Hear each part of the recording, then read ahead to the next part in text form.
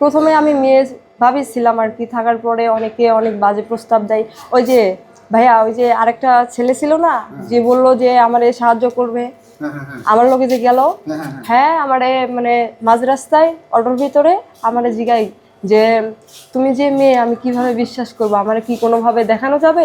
আমি তখন তারে বলি যে কেন, আমি আপনাকে কেন দেখাইতে যাব, দরকার হলে আমি ডানপিনে যাই, ওখানে যদি মহিলা পুলিশ থাকে তাহলে আমি তারে দেখাবো। কয় হ্যাঁ সেটাই তো। তাই বলে উনি করছে কি, গাড়ি থেকে লাফ দিয়ে নেমে চলে গেছে। আমি পরে এটা পুলিশ আঙ্কেলের বলছি, আঙ্কেল বলতেছে তখন বললা না কেন?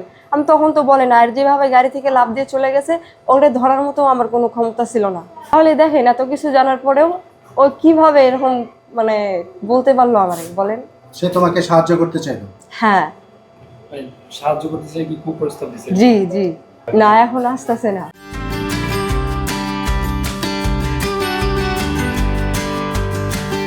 হ্যাঁ হ্যাঁ, সবাই জানে যে আমি পুরুষ, আমি মানে বয়স কম, এটাই জানে। পুরুষে যে রিক্সা চালাইতেছি, কারণ এই যে আমার বাপে একটা বিয়ে করছে, আমার মায়ে একটা বিয়ে করছে, করার কারণে না পারতেছি আমি আমার বাপের কাছে যাইতে, না পারতেছি মায়ের কাছে যাইতে।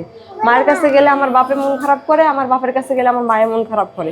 তো আমি চাই না যে আমি দ্বিতীয়বার বিয়ে শাদী কইরা আমার মেয়ের লাইফটা নষ্ট করি, যাতে আমার মেয়ে কোনো জায়গায় না যায় মুখ পায়।